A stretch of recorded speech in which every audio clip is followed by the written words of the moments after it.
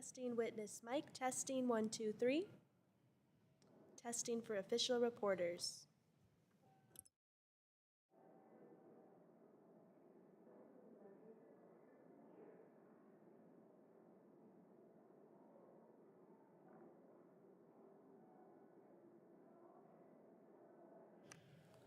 Testing member mic, testing 1, 2, 3 for official reporters.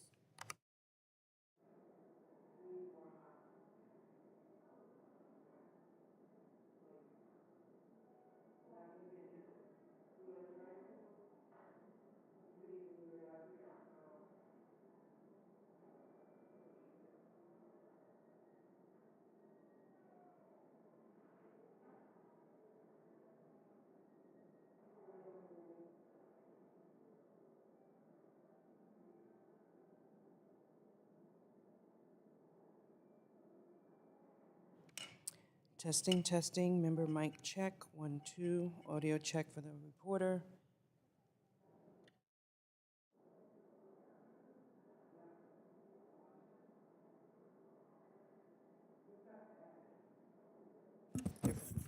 Testing, testing, 1, 2, audio check for the reporter. Testing, testing, 1.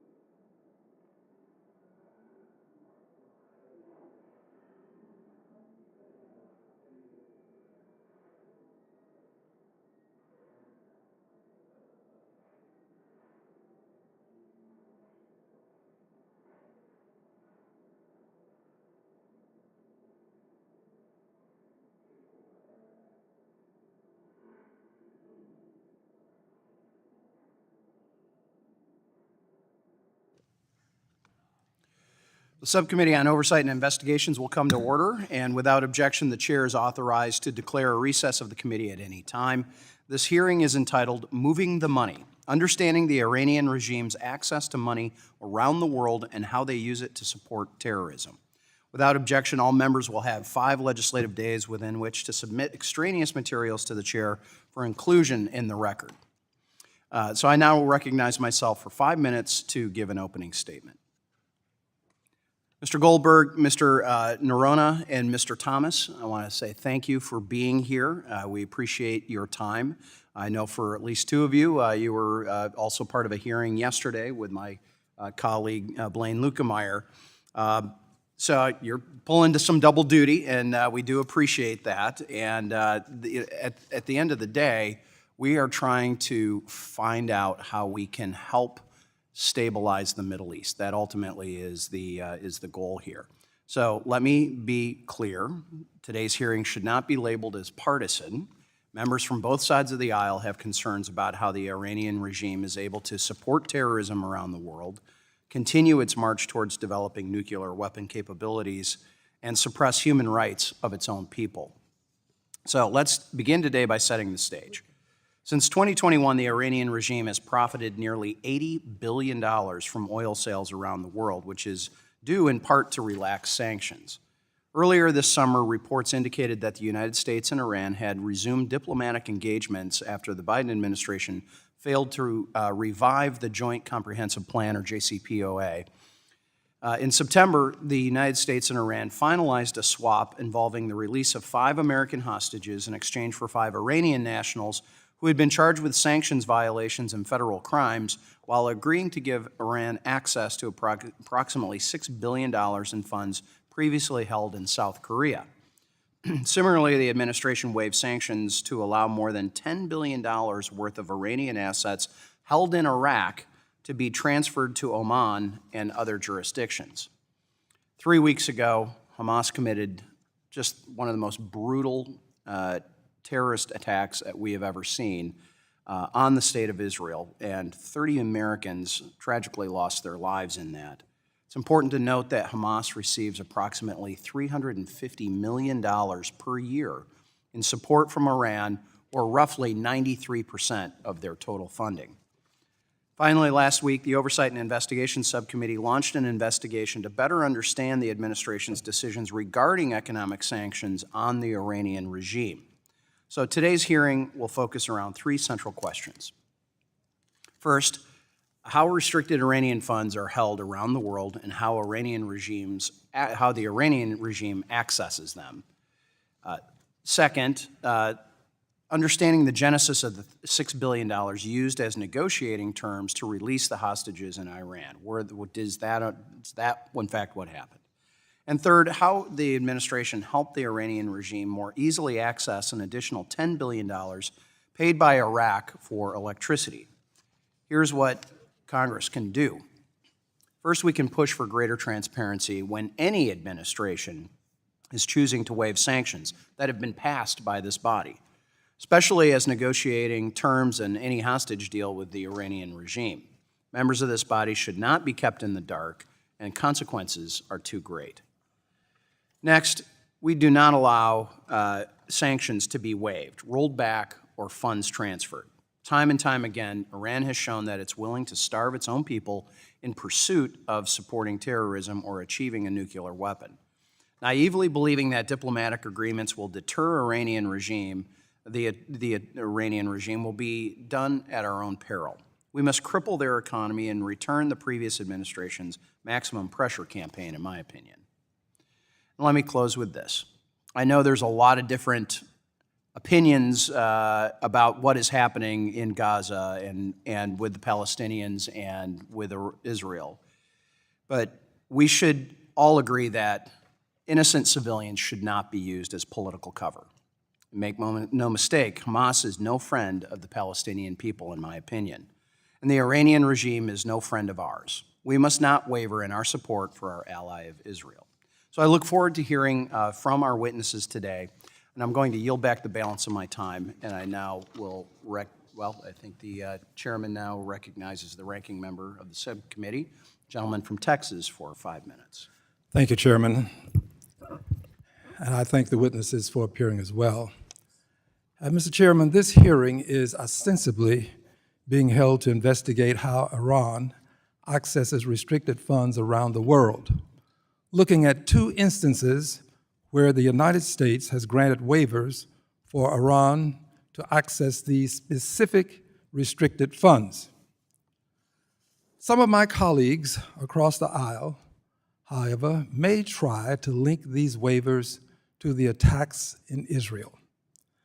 This would be a callous attempt to politicize what is already a horrific crisis. We cannot allow this hearing to become a distraction action by my colleagues across the aisle from 23 days of legislative inaction. We cannot allow the blame game with political fallacies to masquerade as proven facts. Let's examine some of the political fallacies refuted by proven facts. Political fallacy 1. The $6 billion transferred from South Korea to Qatar has been handed over to Iran. Proven fact, not a scintilla of a cent. Some things bear repeating. Not a scintilla of a cent has been released to Iran. On October 12, 2023, the U.S. and Qatar agreed to restrict the funds in response to the attack on Israel. Political fallacy. The $6 billion are U.S. taxpayer dollars. Proven fact. U.S. presidents, including President Trump, have granted waivers for countries to purchase Iranian oil with each country's own money. No president has given foreign countries taxpayer dollars to purchase Iranian oil. Political fallacy.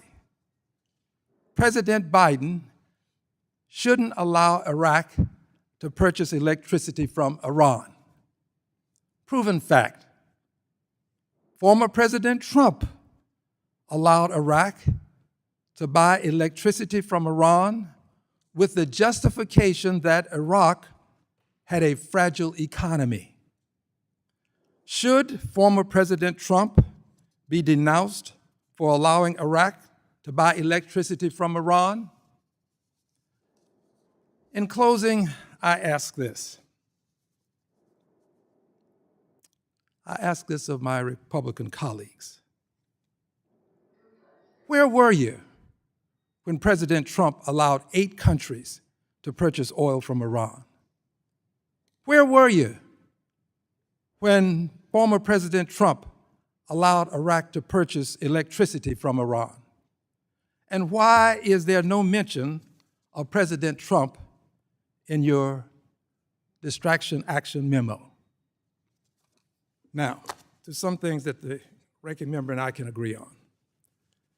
What he said about Israel and what happened there, I think we can find common ground on. It was a horrific event. It is something that never should have happened and never should happen again. But we also have to concern ourselves with peace. And you have to concern yourself with peace at the genesis of war, else you may not know what type of war to execute. And we also have to concern ourselves with humanitarian aid for the Palestinians. There are many other things that we might agree on, but I do believe we agree on some of these. Mr. Chairman, I thank you for the time, and I yield back. Thank you. Appreciate that. And we'll get to a number of those issues that the ranking member has brought up. And today, we welcome the testimony of Mr. Richard Goldberg. Mr. Goldberg is the Senior Advisor for the Foundation for Defense of Democracies. Mr. Gabriel Nerona. Mr. Nerona is a fellow with the Germunder Center for Defense and Strategy at the Jewish Institute for National Security of America. And Mr. Clayton Thomas, One of our own is a specialist in the Middle Eastern affairs at the Congressional Research Service. So thank you all, gentlemen, for being here. We thank you for your time. We know it's valuable, especially for those of you pulling double duty.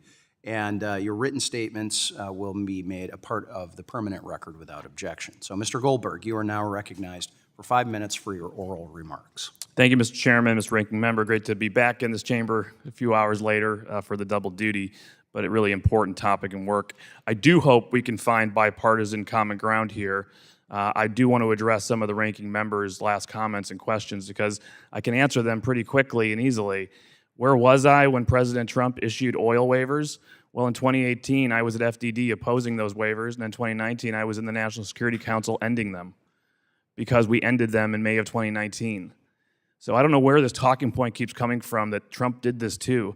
Maximum pressure started in May 2019, Congressman. We ended the oil waivers. All that money went on lockdown and escrow accounts. They have not been reopened until this year, until these transfers.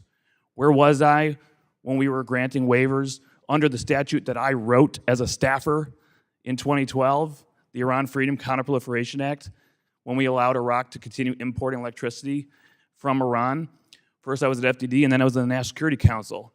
And we worked with the Treasury Department and the State Department to ensure those funds were locked down.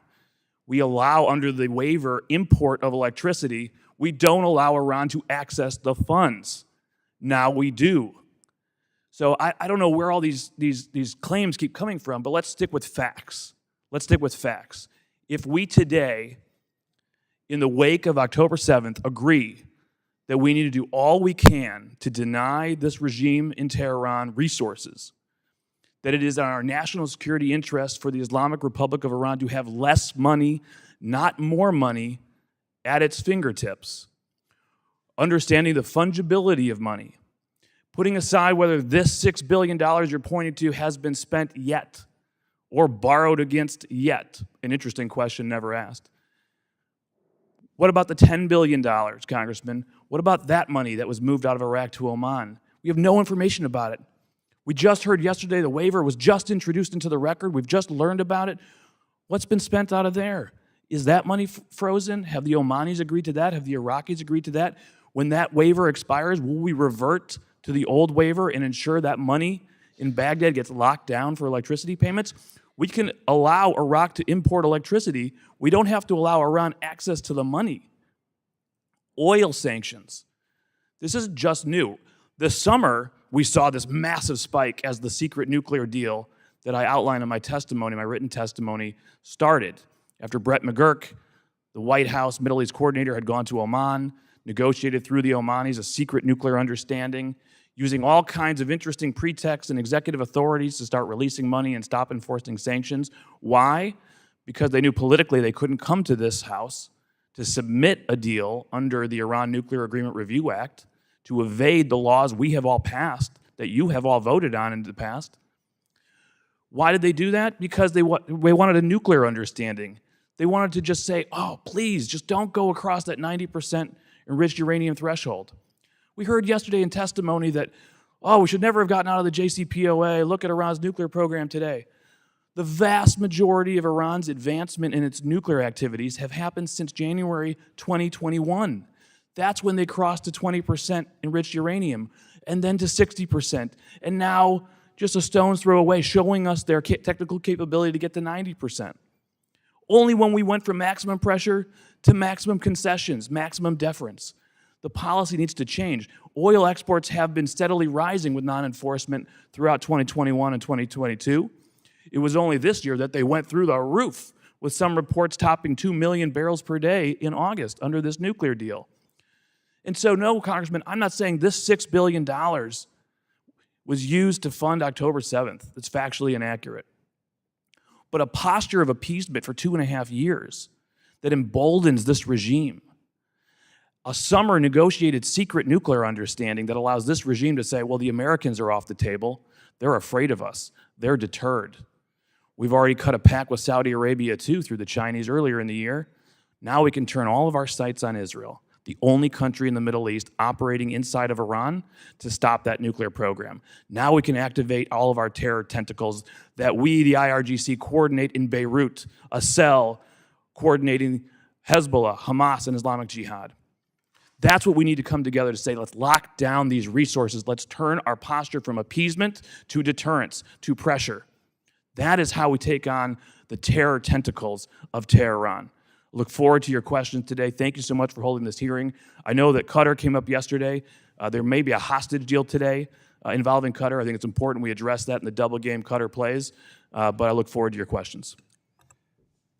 Our witnesses will be reminded that they need to address their remarks to the chair specifically. So I appreciate your passion, Mr. Goldberg, and I look forward to exploring a few of those issues. So, Mr. Nerona, you are now recognized for 5 minutes for your oral remarks. Thank you, Chairman Huizinga. Thank you, Ranking Member Green, for having me and distinguished members of the committee.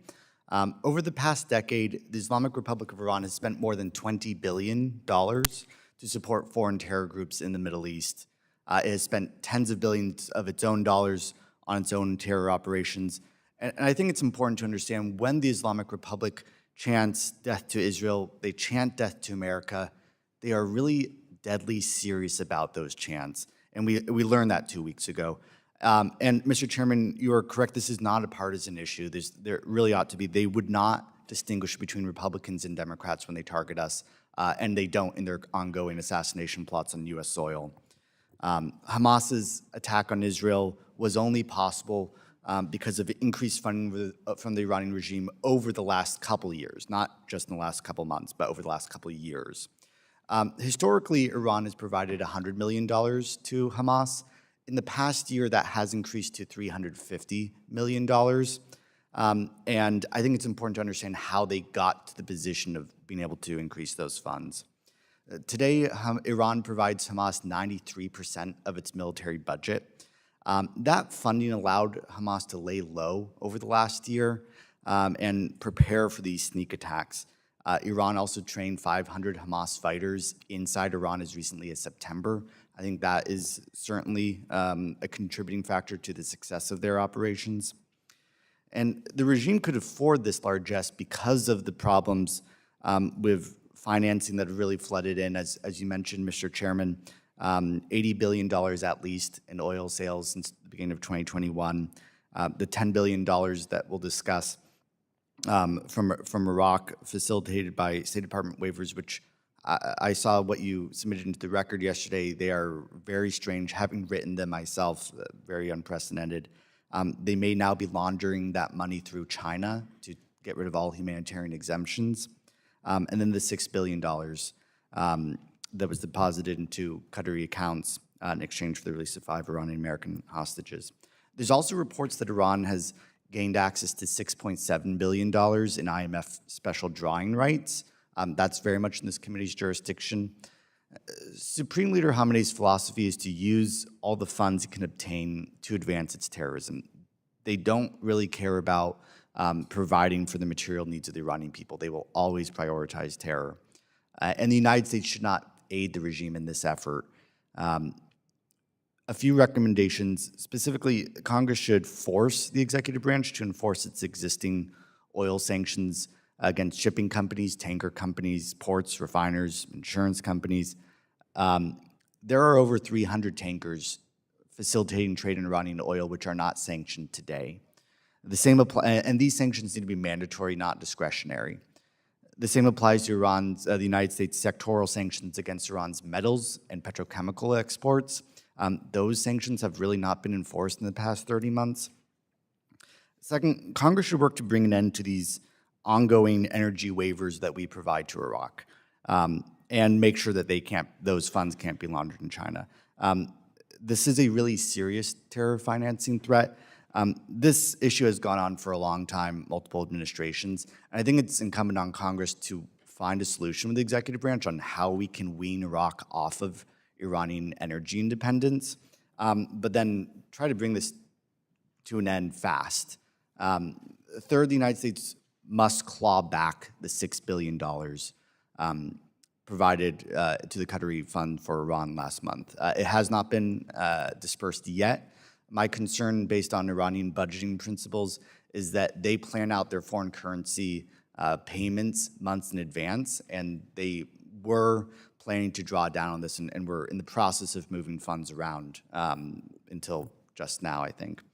The deal we made with Iran in August and September became irrelevant the moment they funded the slaughter of 30 Americans in Israel last month and took a dozen more Americans hostage. We should not view that deal as having any legitimacy anymore. And I think the other point that's important to know is the regime has a long history of pilfering food and medicine to resell in the black market in Iraq and Afghanistan. The proceeds, even if we gave them food and medicine, would likely go to terror or be stolen by the regime elite. And so I believe Congress should rescind the September 11th waiver to formally and permanently freeze those funds and ultimately work to provide the funds to the victims of terror. I thank you, and I look forward to your questions. Thank you. Gentleman's time has expired. Mr. Thomas, you are now recognized for 5 minutes for your oral remarks. Chairman Huizenga, Ranking Member Green, and members of the subcommittee. Thank you for inviting the Congressional Research Service to testify today. This morning, I'll summarize my written statement on Iran's funds abroad, starting with a brief overview of the U.S. sanctions authorities that underpin the funds and their use, before focusing on the Biden administration's decision earlier this year to facilitate the transfer of $6 billion of those Iranian funds from South Korea to Qatar. I'll finish by suggesting some options and implications for congressional action.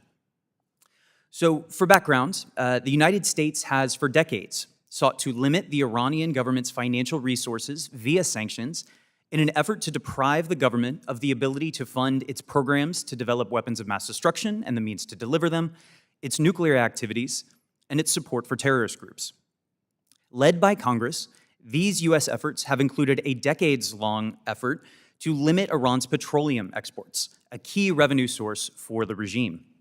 Starting in 2011, Congress authorized exceptions from U.S. sanctions for countries that otherwise could be subject to penalties for purchasing Iranian petroleum to continue such purchases if they gradually reduced their imports. Congress further mandated that accepted foreign buyers had to deposit payments for Iranian petroleum in financial institutions of the purchasing country, not in Iran.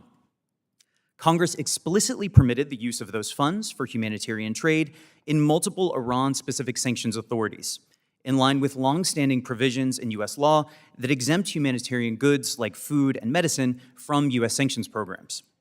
Still, restrictions on those Iranian funds abroad lead many to describe them as frozen, as foreign financial institutions have generally restricted their use in order not to run afoul of U.S. law and themselves become potential targets for secondary sanctions.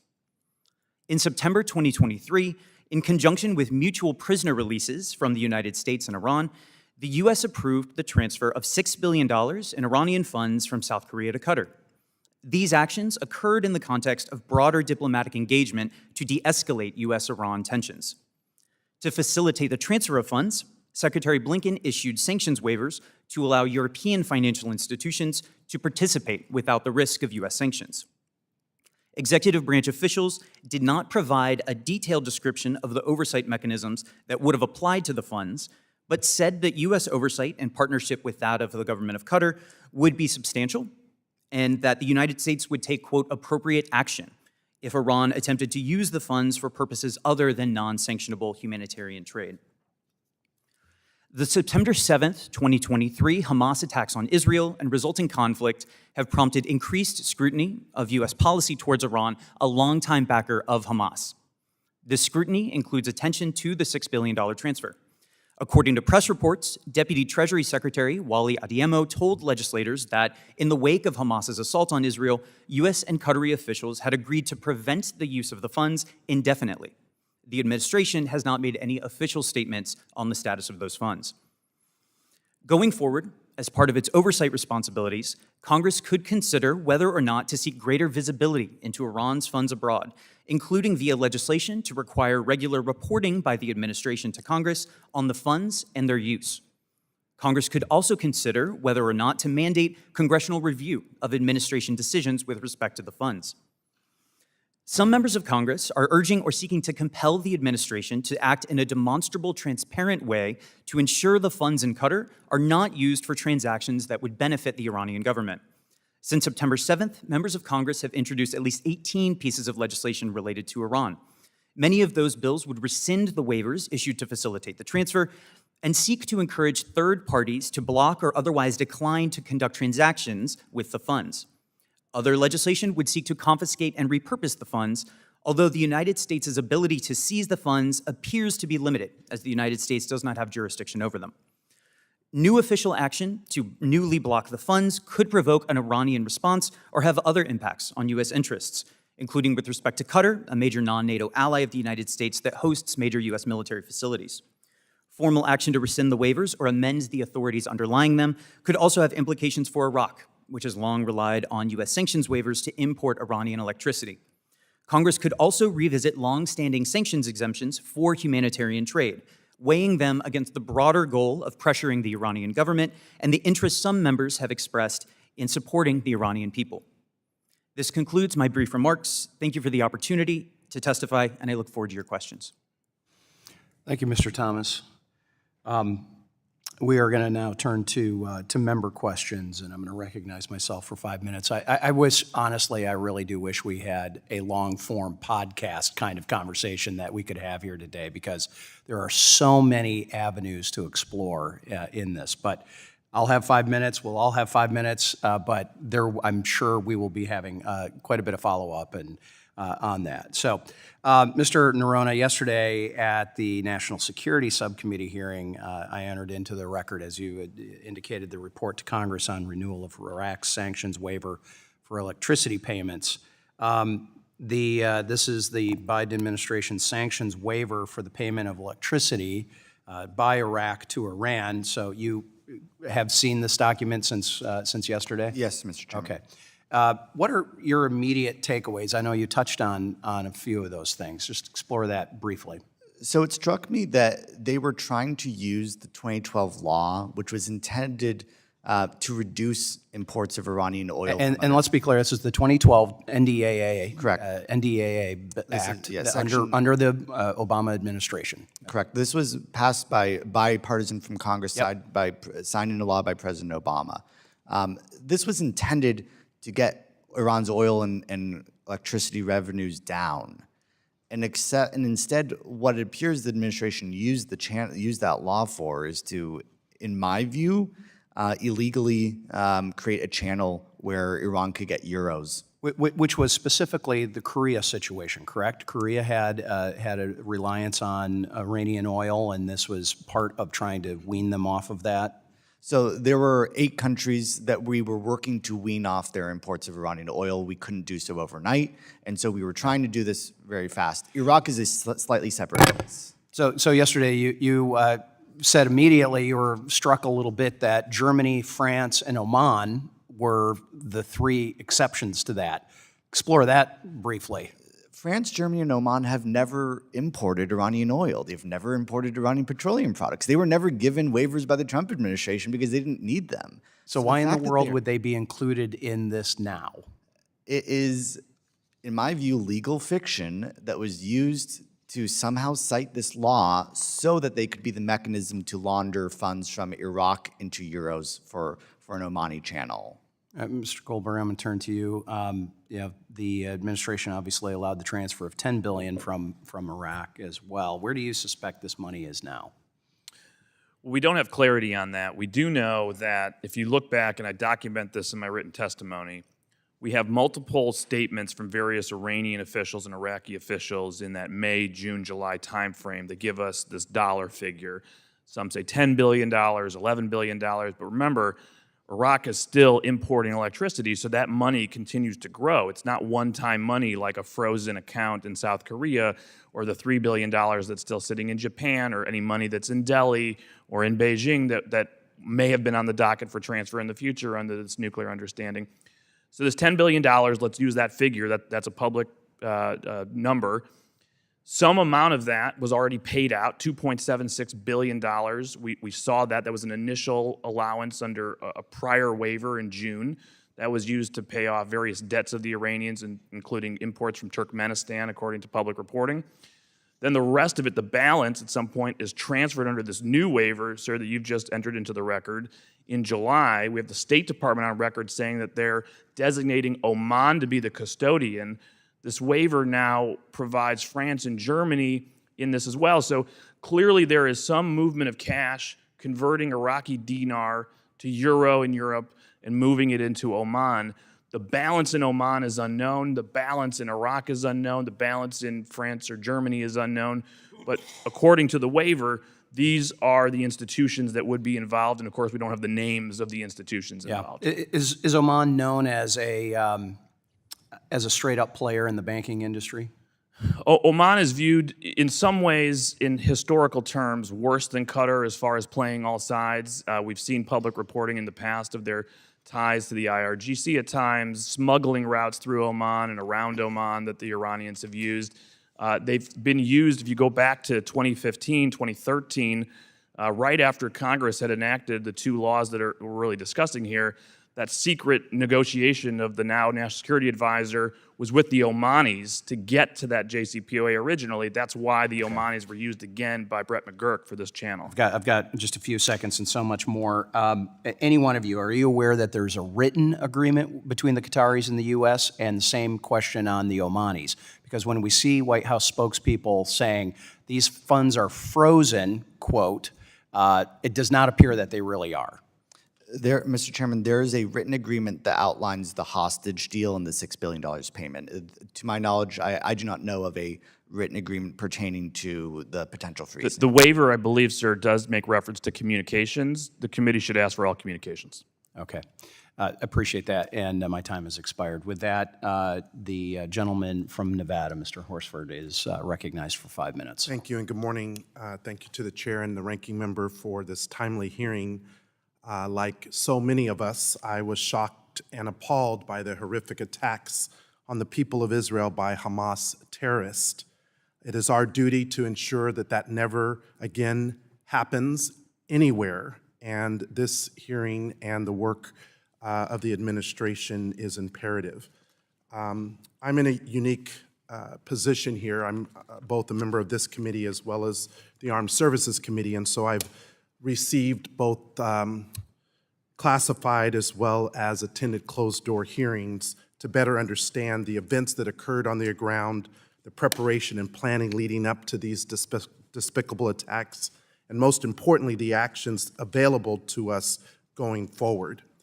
Let me be clear, the response from the United States must be unequivocal and project American strength internationally. We stand with our ally Israel and are willing to use any of the tools available to us to support that end. But we're here today to discuss one of those tools, one that is undoubtedly important, and we must take a serious look at solutions to mitigate the ability of Iran and any other state sponsor of terrorism to finance these kinds of horrific attacks around the globe. So it's imperative to deny Hamas and Russia access to illicit funds. I would like to enter into the record, Mr. Chairman, an article from Axios. Actually, the Deputy Secretary of Treasury is en route to Europe. He will be speaking to the Royal United Services Institute in London this Friday, and it's specifically around the issues on sanctions against these sponsors of terrorism. Without objection, so moved. Thank you. As we've heard, it likely took multiple years to plan the coordinated and multifaceted attack on October 7th. That means that there was likely multiple years of funding in spite of strict U.S. sanctions. While we know that Hamas isn't using U.S.-based financial institutions, they are able to still engage in the financial sector writ large. Mr. Thomas, would you please speak to the array of financing options available to Iran in spite of the sanctions regime, and what else can the United States government do to stem that flow of illicit funds? Thank you, Congressman. With respect to Iran's support for Hamas, this is a relationship that goes back many decades, nearly to the inception of Hamas as a group in the late 1980s. Traditionally, Iranian financial support for Hamas has been estimated at about $100 million a year, although, as we've heard, there have been press reports citing Israeli sources indicating that that support may have increased in recent years, and there have been numbers as high as $350 million. Of course, Iran's support for Hamas is not limited to financial support. The means by which Iran provides material support to Hamas vary, right? Clearly, the nature of these illicit transactions makes tracking them difficult, but from what we know, Iran relies both on smuggling via tunnels under the Gaza-Egypt border. The Egyptian government has cracked down on those in large part since 2013, but there are indications that trade continues. In terms of Iran's financial status abroad in general, which I imagine we'll discuss at length today, those funds, pursuant to U.S. law and regulations, are limited to the use to fund transactions involving non-sanctioned humanitarian trade. So on that point, we've heard many of my colleagues on the other side emphasize that money is fungible and that the dollar spent on humanitarian aid is a dollar that is freed up from the Iranian government to spend on financing terrorism. However, it seems that can only be true if they ever intended to spend money on that in the first place. So, Mr. Thomas, do you believe that without the $6 billion in funds that Iran would otherwise provide this same aid to its people? Yes or no? I think given the history of Iran's support for these groups and its support for these groups in spite of the humanitarian needs of the Iranian people, Iran has continued to provide support for terrorist groups regardless of the economic situation. Is there any indication that links past increases in humanitarian aid to an increase in availability of Iranian funds to finance terrorism, given the numerous controls that are in place? Not that I'm aware of. Again, that support has remained consistent for years. Thank you, Mr. Chairman. Gentleman's time has expired. The chair recognizes the gentleman from Texas, Mr. Sessions, for 5 minutes. Mr. Chairman, thank you very much. And I think that your opening statements by this last discussion from our colleagues does tell us this is a bipartisan hearing. And thank you very much for doing that. Mr. Thomas, can you give us more information about how the Iranian accounts work, and are they special purpose accounts? So these accounts really go back to 2012. We've discussed at length the FY 2012 National Defense Authorization Act, or NDAA. That legislation, as I mentioned in my remarks, permits countries to continue to import Iranian oil, provided that they keep it in special purpose accounts, as you've described.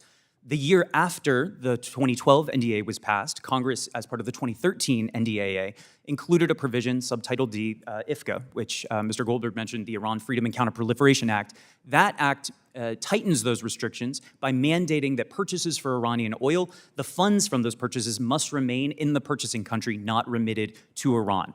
The conditions that govern the restrictions on those accounts are prescribed in U.S. law and U.S. regulation, namely that they must be used for bilateral non-sanctioned humanitarian trade that does not involve the Iranian government or Iranian entities. So, for example, funds in country X would be allowed to be drawn down to pay an exporter in country X to export humanitarian goods into Iran. Thank you. Gentlemen, I would like for each one of you to take a whack at the question about the Qatar relationship with Iran, because it appears as though, from what I see, we do favorably count on Qatar and their relationship not only with us as a host country, but also as an intermediary. Can you please discuss that first, Mr. Goldberg? I'll have you first. Congressman, it is a very important question and timely. I think important that for anybody who had views of Qatar's relationship with Iran, Qatar's relationship with Hamas before October 7th that didn't align with my view, I hope we can all reset assumptions at this point. I think they reset it. And we, exactly, sir, they did reset it. And any sort of hostage negotiations that are going on, if there's a hostage exchange today, I hear perhaps of some release of some women and children, we want to have everyone back that we can. We want all hostages released. But to understand that Qatar is playing us, it's the arsonist playing firefighter at this point and coming to our rescue. Oh, as we continue to host Hamas in our country, as they host a summit between the Iranians and Hamas after October 7th so they can coordinate in Doha the day after Secretary Blinken goes, while they continue to have financial channels, while Al Jazeera is spitting out horrible anti-American hate, incitement to violence, pro-Hamas propaganda. I think it's absolutely time for us to reassess that relationship. We have a lot of leverage there. Yes, they host the KAC. Yes, they host our Air Operations Center. Yes, Al Dhafra in the UAE could do it too. Okay, thank you, Mr. Norhan. Thank you. Qatar is more of a diplomatic and political partner to Iran than economic partner. They don't do much trade. I believe that we should try to rescind some of the agreements we've made with Qatar regarding Hamas. There was an agreement made in 2012 to host the political leadership office in Qatar. We should make a formal ask of the Qataris and say we want this office gone, and a formal extradition request for the leaders of Hamas who are currently in Qatar. Would they not have recognized that themselves internally as a result of, quote, this reset? Or is that still part of the relationship that the United States needs to be out there pushing them this way? It needs to be a formal ask. They're currently effectively the mediators for the hostage agreement, for the hostage talks. And so I think there's a different policy view of what should happen in the next 2 weeks versus what should happen after that. You want to keep working with them. Mr. Thomas? Thank you, by the way, each of you. So U.S. officials, as has been said, have credited Qatar for the role that it's played in the release of hostages. More broadly, again, Qatar does support some important U.S. interests. It does have a very multi-directional foreign policy in that it has relationships with Iran as well as with many other U.S. partners in the Middle East. And so, what I would say is that Secretary Blinken has said that business as usual with Hamas is over, and so I imagine going forward it's going to be balancing this kind of new approach with these longstanding U.S. interests with respect to Afghanistan, with respect to U.S. Facilities in Qatar, and this I imagine is going to be a place where Congress can play a role in overseeing what the administration's path with Qatar is going forward. Gentlemen, thank you very much. Mr. Chairman, I would encourage us, as I know you will do, consider the region that we don't live in, but that we have vast interest in, and thank you very much. Thank you for your service to our country. Gentleman's time has expired. With that, Ms. Garcia from Texas is recognized for 5 minutes. Thank you, Mr. Chairman, and to the witnesses, thank you for being here on such a timely and very critical topic. Like most of my colleagues, I strongly condemn the horrific October 7th attacks carried out by Hamas in Israel. We have all seen the gruesome images and heard the heartbreaking stories of those impacted. In the aftermath of this tragedy, it is critical that we stand with our ally, Israel. I am proud to have supported passage yesterday of the bipartisan resolution expressing strong support for Israel in its right to defend herself against Hamas and other terrorist groups in the region. Iran plays a key role in the financing of terrorist groups like Hamas and Hezbollah. Therefore, U.S. sanctions on Iran are critically important. I recently joined a bipartisan letter with my colleagues demanding Iran be held accountable for its role in funding Hamas and for the maximum enforcement of all U.S. sanctions in the region. We have heard testimony here today that places a lot of focus on the Biden administration's work this summer to free American prisoners in Iran. So I want to inquire further about the history of the financial relationship between Iran and its proxies. Mr. Thomas, can you speak a little more about the financial ties between Iran and groups like Hamas and Hezbollah? So the relationship between Iran and Hezbollah is a little bit different than the relationship between Iran and Hamas. When we're talking about Hezbollah, Hezbollah is really kind of the crown jewel of Iran's regional network of proxies. Iranian support to Hezbollah is considered at about $1 billion a year, and I think that's a reflection of the much closer political and ideological ties that link Tehran to Hezbollah in Lebanon. Hamas, on the other hand, has fewer of those kind of natural ties to Tehran. Again, and I think that's reflected in the support, which is generally estimated to be $100 million in recent years. Again, some estimates that it may be higher. In terms of how Iran provides support, as I said, much of this is covert and evasive. But what we do know is that Hamas does rely on kind of international networks of both licit and illicit financing. In the past, the Department of the Treasury has designated networks of financiers across the region for their role in providing support to Hamas and its activities. With respect to Iran, Hamas officials have said in the past that a lot of this is cash, right? I mean, they've talked about going to Tehran and coming back with suitcases of cash. So there's a wide variety of ways that Iran can use to support these groups. It's going to be a little bit harder with Hamas, given the restrictions on entry into and out of Gaza, as opposed to Hezbollah, which has a much larger presence in Lebanon. So these suitcases of cash, what currency are they using, and what role is cryptocurrency playing? So the report that I was referring to was from, I believe it was 2009, when Hezbollah figures talked about not being able to leave with Tehran because they had so much cash. I don't remember if they specified the currency. With respect to crypto, there have been reports, and I would defer to the testimony that you heard, or that some of your colleagues heard yesterday from Mr. Zarazinski. There have been reports that tens of millions of dollars in crypto funds have been interdicted by Israeli and U.S. authorities, and those funds were belonging to or on their way to Hamas. What I would say in context is, as I understand it, Hamas financing is a much larger portion of that is coming from the funds that Hamas generates by virtue of its de facto control of the Gaza Strip, and secondarily that $100 million or more that it received from Iran. So the crypto is, I imagine, a little bit less than those other sources of funding, but any provision of financial resources to Hamas would be of major concern to U.S. policymakers and likely sanctionable under U.S. law. So did Iran actually receive any of the $6 billion transferred in exchange for the release of the prisoners? U.S. officials said on October 8th, I believe for the first time, that none of the funds had been drawn down, and that appears to still be the case. U.S. officials maintain that none have been dispersed? Yes, ma'am.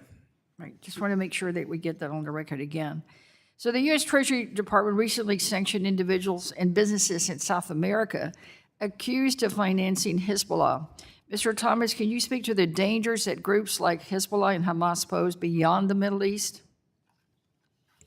Very quickly, Hezbollah in particular does have networks in South America, largely drawing on expat populations that they're able to secure funding from and secure support from.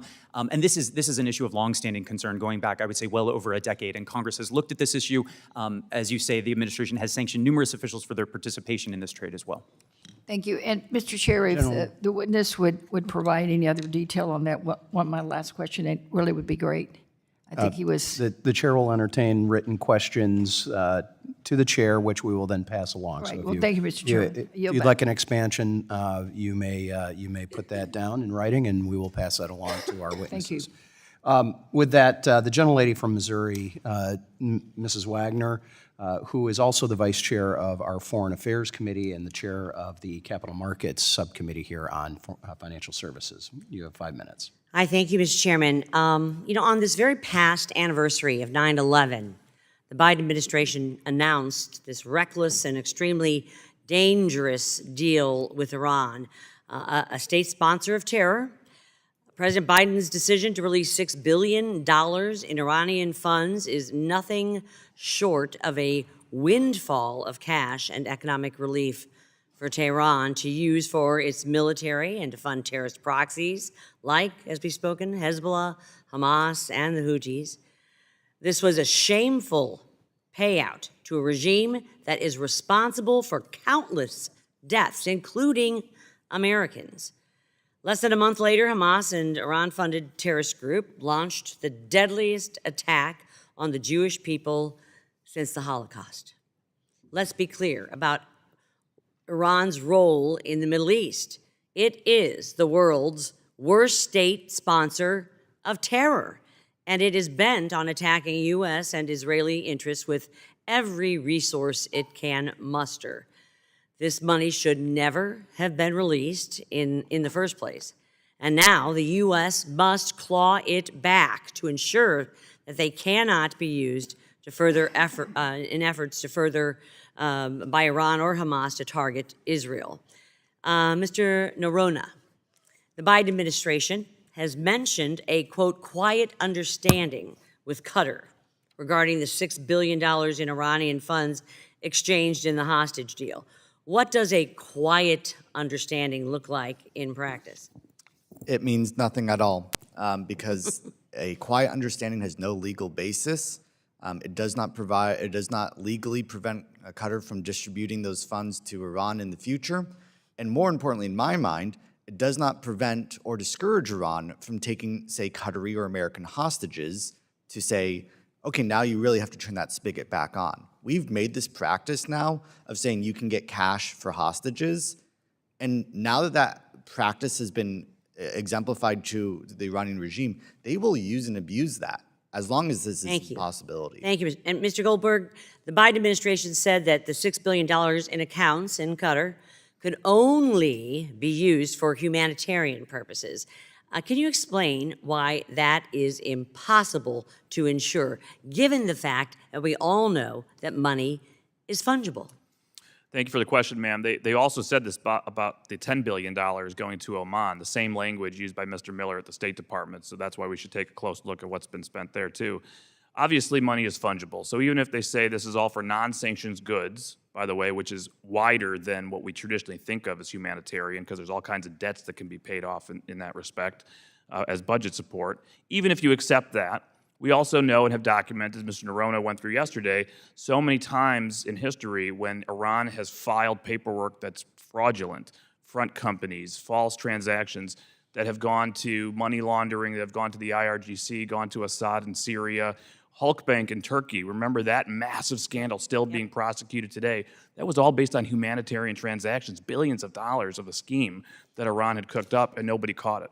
Let me press on. Mr. Noronha, approximately how much money does Iran provide to Hamas each year?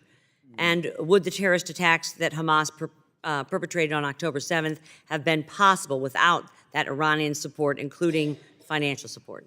They historically provided $100 million. During maximum pressure, they had to institute an austerity plan. They had to lay off a bunch of fighters. They were really struggling on budgets. That since 2021, that funding has increased as much as $350 million. And my view is their strategic surprise would not have been possible. So the sanctions were working when we had forced them into their austerity plan, so they could not, in fact, fund these terrorist proxies to the extent that they are currently. One other question, because it just rubs me wrong, Mr. Goldberg. Why was the foreign minister of Iran, why does he have a visa to be in New York City right now? I was reading about it earlier today. It's absolutely unbelievable to me that this man who was working on plotting with Hamas an attack against Israel has been given a visa and is currently, this foreign minister is in New York City. Sir. Completely shameful, ma'am. There are Americans held hostage. Iran is complicit. There are Americans dead. This man should not be in the country. With that, Mr. Chairman, I yield back. Gentlelady yields back. With that, the gentlelady from Georgia, Ms. Williams, is recognized for 5 minutes. Thank you, Chairman Huizenga and Ranking Member Green. I agree with you, Chairman Huizenga. I wish that this could be a roundtable discussion, more of a dialogue, that we could have a much more robust discussion and conversation, because I'm going to tell you now I have many questions that I'm going to need answered for the record that I will be submitting, because we're not going to get through all of this today. I thank you for joining us today, to all of our witnesses. Y'all, I am heartbroken by the continued loss, not just on October 7th, but is continuing today, of the loss of innocent Israeli, Palestinian, and American lives in Gaza and Israel. In no way, shape, or form is terrorism ever acceptable. Congress and our president, y'all, we have a responsibility to respond swiftly and humanely when our allies need us. But at the time of an unprecedented attack on one of our most critical allies, Israel, Congress was frozen and unable to take any action to aid Israel provide global leadership. Only yesterday, a full 2.5 weeks after the attack occurred, did the House vote to condemn Hamas's vicious terror attack and affirm our support for Israel. I've been getting texts, calls, and emails from rabbis and other members of the Jewish community in my district in Atlanta urging Congress to take action since October 7th. But again, under Republican leadership, it took 2.5 weeks for this body to officially condemn this heinous terrorist attack. Extreme MAGA Republicans pose a real threat to our national security when things happen like kicking out their own speaker and 22 days lapse without a speaker, and then replacing our speaker with the chief legal architect to overturn the 2020 presidential election results. And I'm from Georgia, y'all, so it hits a little different for me. In Congress, I always center the most marginalized, and it pains me as a mama and a leader in this country, and as the co-chair of the bipartisan Black Jewish Caucus, that Congress was paralyzed and couldn't properly respond while innocent civilians and babies, y'all, were being killed. It is our responsibility to ensure that our foreign policy not only stands up for marginalized people, but holds those accountable, facilitating the financing of terrorism accountable. Mr. Thomas, if necessary, how can the U.S. structure additional sanctions on Iran to maximize the impact on political leaders and minimize the impact on everyday Iranians? So this is a debate central to Iran sanctions, but it's much broader than Iran, right? I mean, Congress has long wrestled, and successive administrations have wrestled with the dilemma of how to hold regimes that the United States finds objectionable accountable while not bringing harm to the populations over which those regimes rule. Congress, again, has, I think the way that Congress has tried to do that in the Iran space is by creating specific humanitarian exemptions for sanctions. Those aren't always perfect, right? And there are reports of diversion. I think at this point, Congress, basically the situation in which the Biden administration is operating is a sanctions architecture created by Congress. And that refers both to the waivers that the administration has used and going back to previous administrations, as well as the authorities that they have used. And so if Congress decides that the indirect or ancillary benefits to the Iranian regime of those waivers are, if those are greater than the benefits that the Iranian people receive, then Congress could perhaps take a look at revising those authorities. Thank you, Mr. Thomas. I'm also concerned about the continued push that I hear from some of my colleagues on the other side of the aisle to pull back from the United States' role in protecting democracy and facilitating global cooperation, especially after witnessing the importance of the U.S.-Israeli partnership firsthand just last month as I visited Israel on a Congressional Black Caucus delegation trip. It is clear to me that we need to engage with the rest of the world, not hide from it.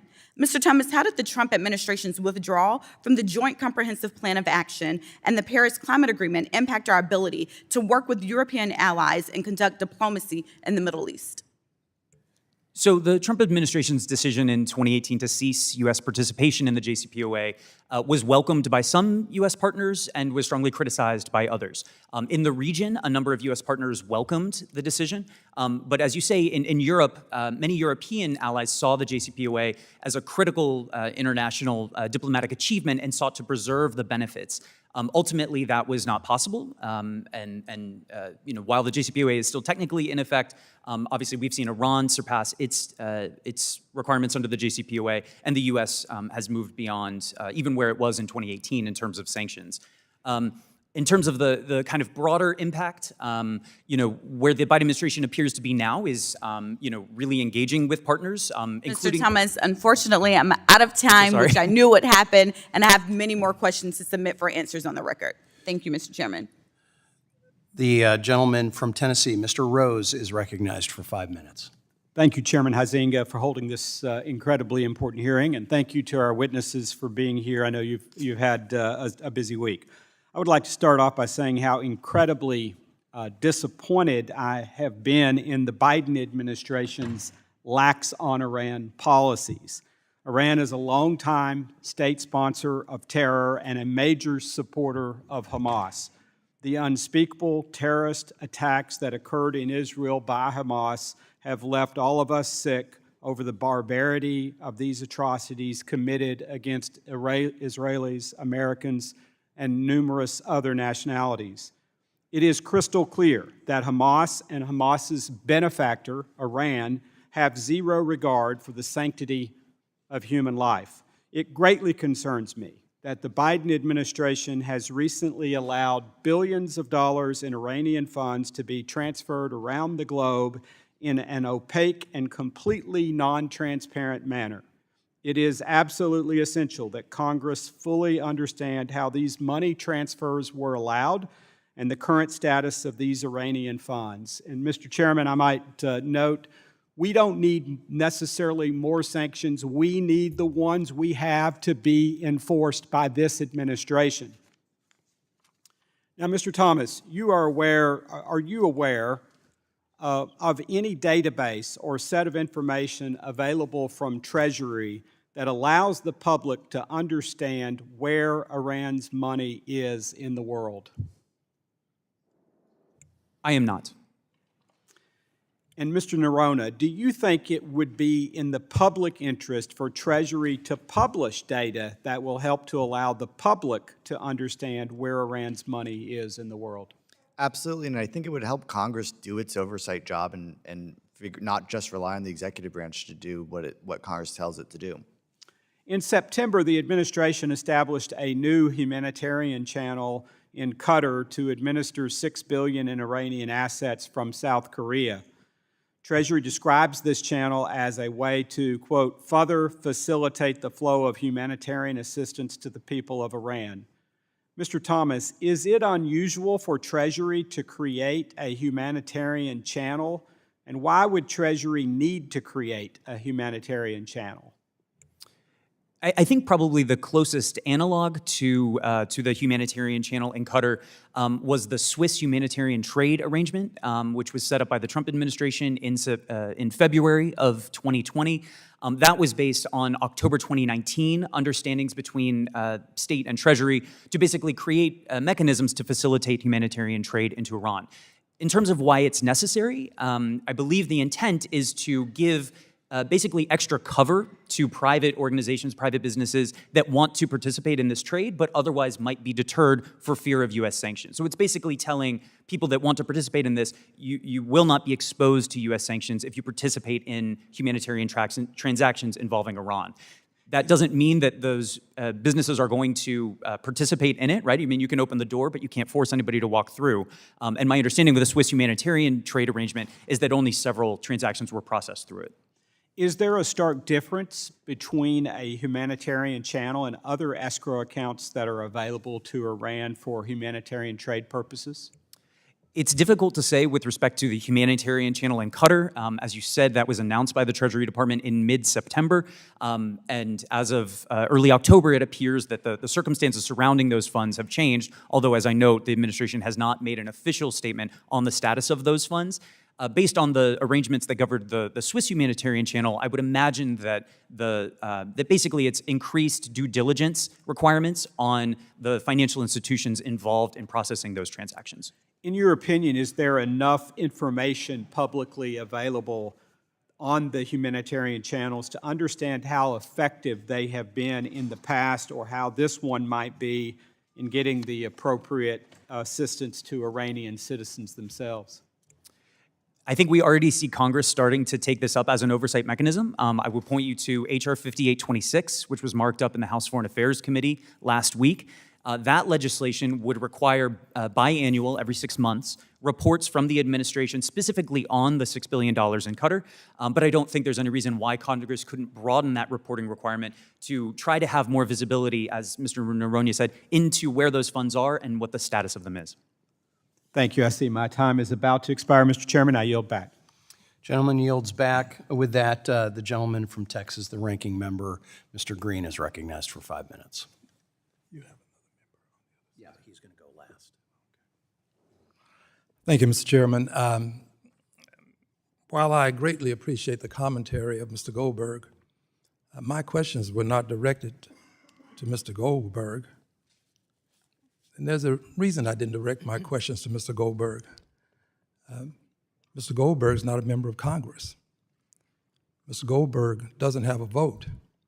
Mr. Goldberg has an opinion, and I respect his opinion.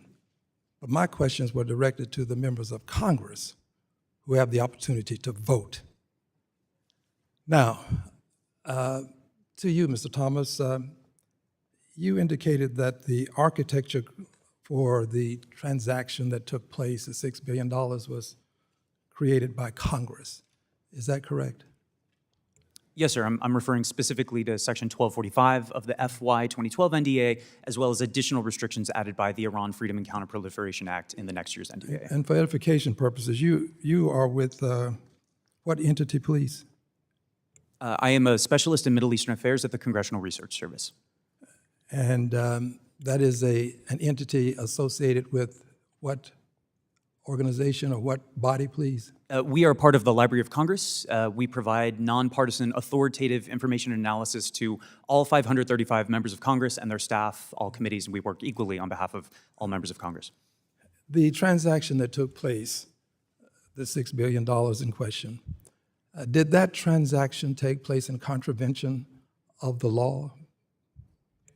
The administration issued waivers on September 11th pursuant to Section 1245 of the NDAA to facilitate the transfer of those funds from South Korea to Qatar. And if those funds never get to Iran, can they be fungible as they relate to spending in Iran? So I would say that the terms governing the use of those funds are the same as the restrictions that govern the use of Iranian funds that are held anywhere in the world, namely that they can only be used for non-sanctioned bilateral humanitarian trade. And that's the system that Congress set up, right? So that these funds had to stay in the jurisdiction where they originated and not ever basically touch Iran. Mm. And the same Congress that produced this architecture that you called to my attention is a Congress that can change this architecture. Is that a fair statement? Exactly. They have a vote. Yes, sir. You don't have a vote, do you, Mr. Thomas? You work for an entity associated with Congress, but you don't have a vote, do you? I do not, sir. I'm not a member of Congress. Okay. So I think it's pretty fair to say that we, the members of Congress, may have some responsibilities, but what you have is an opinion, as is the case with the other witnesses. Now, moving on to something else.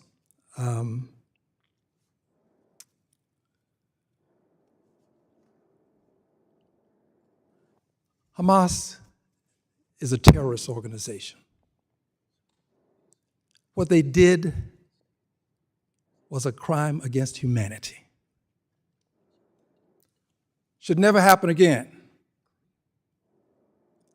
But I've lived long enough now and have the courage enough to say that we ought not allow innocent people, regardless of their place of origin, to be killed. I care about babies in Israel, but I also care about babies in Palestine. Those babies have lives too. We ought to be concerned about all babies. And we ought to be concerned about not just winning a war, but winning the peace. You can win a war and lose the peace. How you execute a war has a lot to do with the peace you will have.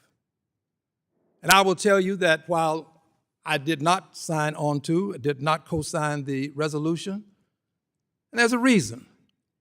I believe that we should have had language in there about a two-state solution to this problem. Because if we do not, if Congress doesn't go on record, we give the impression that we may be abandoning the two-state solution. I have not abandoned it. I voted to fund these agreements that we've had with Israel. Each and every one of them. But I did it because I thought we'd have a two-state solution. And without a two-state solution, I don't see a path to peace. I thank you for the time, Mr. Chairman. I yield back. Gentleman's time has expired. And I will note that, yes, we all do have a vote up here, and we're responsible for those votes and explaining those to our constituents. We also have staff that we rely on as well, and I've appreciated those opinions from former staff who have helped us as members. In response to your comment, Mr. Chairman, which you allowed yourself time for, I just asked for equal time. I respect the comments of staff too. I have no problem with staff. It's just that excellent. We have the votes. There we go. With that, gentleman from Pennsylvania, Mr. Muser, is recognized for 5 minutes. Thank you, Mr. Chairman. for this very important hearing, and certainly thank you to our witnesses. Appreciate your information very, very much. It's pretty serious stuff. So the Biden administration, Mr. Goldberg, had secretly made available to Iran since May $50 billion for nothing more than a promise that Iran would not provoke an immediate nuclear crisis by producing weapons-grade uranium. This package did include the $6 billion transferred to Qatar. So when I met with the IAEA last year, they were very clear that Iran was in all kinds of violations, and they were making a trip there within about a week to express to them that they're in complete violation of any sort of, the so-called deal that was being made, the Iran nuke deal. So, what are your thoughts there? Why would the administration continue to work with some sort of deal? By the way, a member, a colleague in the hearing yesterday, if you remember, stated that would go down in history as one of the greatest flaws ever that the previous administration had gotten out of that.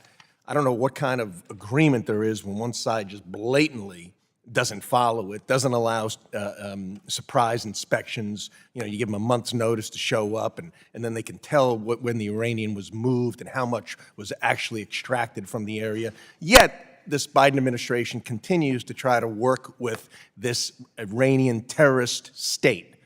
So why do you think that is? Congressman, listen, as a staff member to people who voted many years ago, when I wrote both of the sanctions laws we're talking about, and they passed 100 to nothing and 94 to nothing in the Senate and unanimous consent here in the House, and I thank everybody who voted on it at the time and the staff that worked on it. Yeah. I would say that at that time we had a bipartisan consensus that more money for the Islamic Republic of Iran was bad, and that we should continue to pressure, contain, roll back that regime across all of its malign activities. Right. That changed during the JCPOA. We've gone into camps. It's ideological. It's political. Right. And we advise the It's administration. amazing the level of Iranian sympathizing that's taking place. I hear you. And now, you wrote, I think, we now see the results of policies of appeasement and that enrich the world's leading state sponsor of terror. And then we just go on. And I want to talk to Mr. Naranha and Thomas as well. I mean, there's no debating that things such as, the increase of exports, 1.5 million barrels per day, the highest monthly rate since 2018. There's no getting around those facts and the level of funding that's coming into Iran, the sponsor of terror, that is clear and known to Democrats and Republicans. That's happening. And yet at the same time, they're selling it to China at discounts, right? And we know this, and it's also stated there is no way for Iran to boost its exports to this extent without the White House ordering the non-enforcement of U.S. sanctions and providing clear signals to Beijing that U.S. sanctions will not be enforced. What is going on here? Mr. Naran, I ask you. $150 million a day in Iranian oil revenue is currently what's happening. And that does not go to the Iranian central budget. That goes to the IRGC's budget. They have a special deal. They get the Iranian oil revenue.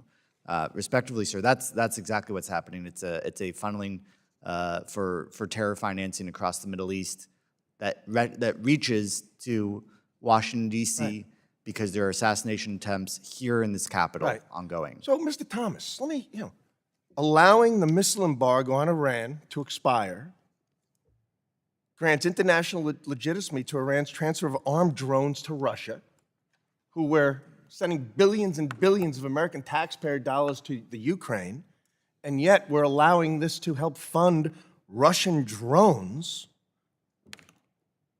and ballistic missiles. What do you think about that? So the sunset that you're referring to that happened this week did draw condemnation from a number of members of Congress. It also drew attention in Europe, which has been the focus of a number of members who have sought to have European partners of the United States join U.S. efforts to continue those restrictions.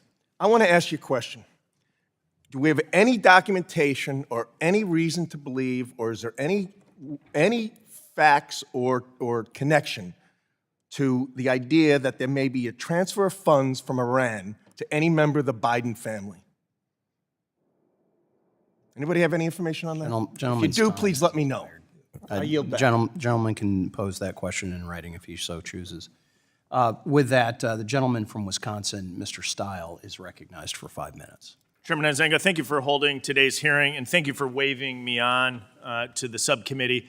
It's such an important topic that we're discussing and incredibly timely following the attack by terrorists from Hamas against defenseless Israeli citizens. And when we see Iran as the world's largest state sponsor of terrorism, and we look at the Biden administration's policy allowing Iran to have access to funds, I think it's imperative that we in Congress examine that and move this administration in a new and different direction. I think the direction that this administration has been on, providing access to funds to Iran, looking the other way as it relates to oil sanctions in particular, where billions of dollars are being able to move into Iranian-controlled coffers, is incredibly dangerous. And so I want to dig in a little bit, if I can. I want to start with you, Mr. Narana. Walk us through a little bit of how these funds are flowing, because I think it's really imperative for the American people to understand. We had the Biden administration come forward and say that the Iranians don't have access to these funds in Qatar, yet clearly they issued the waiver and then a license to transfer those funds to Qatar. Last year in the NDAA, I successfully got an amendment passed, signed into law, that will force this administration to disclose those types of licenses. Waivers previously were forced under 2012. Now we have access to the licenses, so we can actually see with transparency how this administration is giving deference and giving access to Iran. We now know it went to Qatar. Do we actually have any proof that what the administration is saying as it relates to these funds, that the Iranians don't have access, that they haven't done that? What's the proof on this? There has been no documentation sent over to Congress. They did not affirmatively provide the package, the written agreement to Congress. I think one point that's relevant here, the laws that we've been describing here from 2012, they allowed bilateral trade in South Korean won to Iran. They didn't allow for euros and dollars. That is a permissive waiver and granting of a concession to Iran to allow that money. So I think that's really important. So that's the actual waiver of the actual waiver, and then they provide the license to transfer that over to Qatar such that they can be dealing in a much more liquid currency form. Is that right? That's correct. If they wanted to buy food and medicine from South Korea, they could have. They chose not to.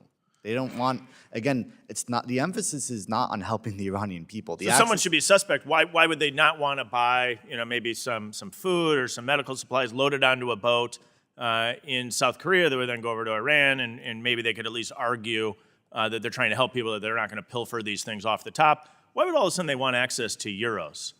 Because euros are what Hezbollah and Hamas want at the end of the day, and it's much easier to do this if it's in those currencies. So the administration was hoping everyone would look the other way on the transfer of these funds to Qatar, and most likely most of the international community would have, but for the attack by terrorists from Hamas into Israel, where the world's attention turned to this region once again. And the administration was exposed on their poor decision to allow the transfer of these funds from custody in South Korea to Qatar. Is that accurate? I believe that is, sir. And so let's dive in one step further. You made, I think, an important point about the administration looking the other way as it relates to oil sales, which from a dollar standpoint, or from a value standpoint, dollar, euro, whatever currency they're operating in, is probably a more relevant discussion point. And this administration has looked the other way while Iran has been able to transfer oil to China as well as Syria. Is that accurate? They have been notified many times of all the tankers that are evading their sanctions. And why all of these, and they haven't done it. And why is the administration looking the other way? Because they want to advance their nuclear deal with Iran, which is a broader political objective. And who gets the funds? Iran at the end of the day. Does it go to the central bank account? Does it go to a food organization? Does it get at least some warm and fuzzy operation in Iran so they could at least pretend they're doing the right thing with this? It's a complicated international financial network. It's not easy for them to move things under sanctions. Sanctions make it harder, which is the point. But it's sort of it's like a sieve. It slowly drips in and comes back into Iran. And in particular, when Iran has access to new funds, it's like a gift card that gives Iran the ability to purchase other things. And as we know, Iran's the leading state sponsor of terrorism around the globe. And ultimately, I'm wildly concerned these funds are falling into the hands of operations like Hezbollah and Hamas. Mr. Chairman, thank you for holding this hearing. I yield back. Gentleman's time has expired. With that, the gentleman from Tennessee, Mr. Ogles, is recognized for 5 minutes. Thank you, Mr. Chairman, and thank you all for being here today.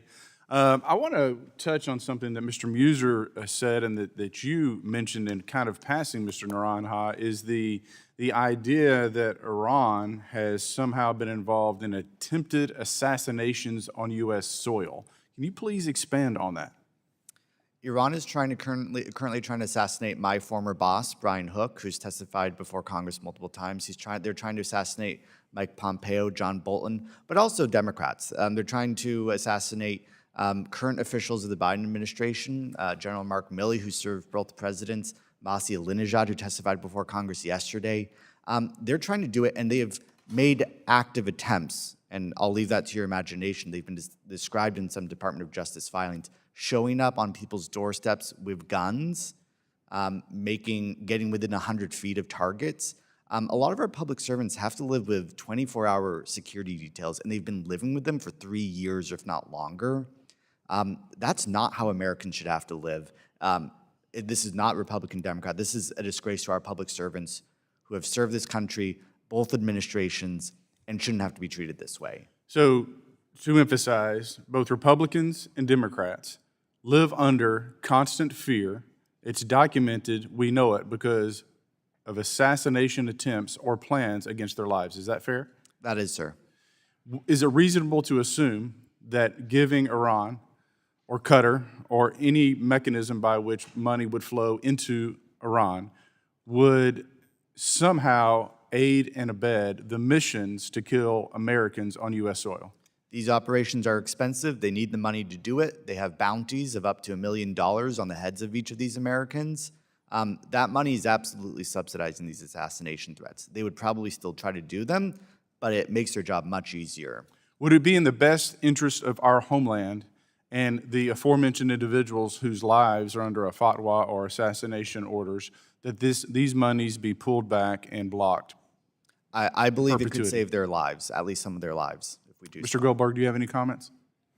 No, sir. The leading state sponsor of terrorism with active plots to kill Americans should not have access to a nickel if we can stop it. Would you like to say that again a little louder? So on that, Mr. Stile mentioned Qatar.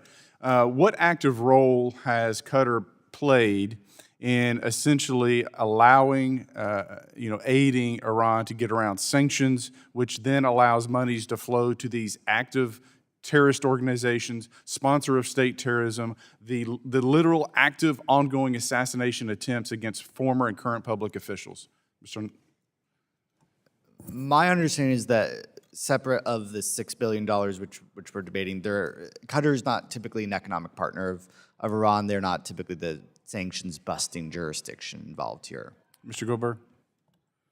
Listen, in general, we should have a principle, which is there's no access to cash, there's no relationships, there's no safe harbor. You should not be in the capital of Qatar in Doha and have a summit between the Iranian foreign minister and the head of Hamas. And then, by the way, allow that same Iranian foreign minister, who was also in Beirut earlier this summer before the attacks, to come to New York on a visa. Well, so Mr. Goldberg, when you look at the $6 billion Iran deal, there was a prisoner swap, obviously the funds. In my opinion, it's appeasement, but can you give us broader scope of that deal and, again, the risk associated with it as, again, we have a minute, so I'm going to give you the floor, but the unintended consequences of this, again, appeasement of state terror? I think it's a very important time to zoom out and think about this at a strategic level. Right now, we've all talked about the brink of regional war. Why would we be on a brink of regional war? Because Iran is not deterred. Why is Iran not deterred? Because as much as the president says, I'm going to send another carrier strike group, don't do it, Iran, they also at the same time see a posture of saying, how much money can we make available to you so that we don't have to confront you if you continue to escalate your nuclear program? So long as you have $10 billion plus in a waiver that's continuing to build up money available to the regime in Oman, $6 billion moved from South Korea, all the oil that's flowing, it is not possible to allow that much oil to go without having built up sanctions targets that you're sitting on, that you're not imposing sanctions on, and not talking to Beijing about it first. All of that, $50 billion or more, the $80 billion since 2021, it all needs to stop. Otherwise, they will continue to push and push until this escalates further. Mr. Goldberg, real quickly, is the world a more dangerous place because of the $6 billion? Gentleman's time has expired. Yes, sir. Thank you. Mr. Chairman, I yield back. Thank you. All right. I would like to thank all of our witnesses for their testimony today and, frankly, for your current and past service to our country and to the various legislative and executive organizations that have helped this government.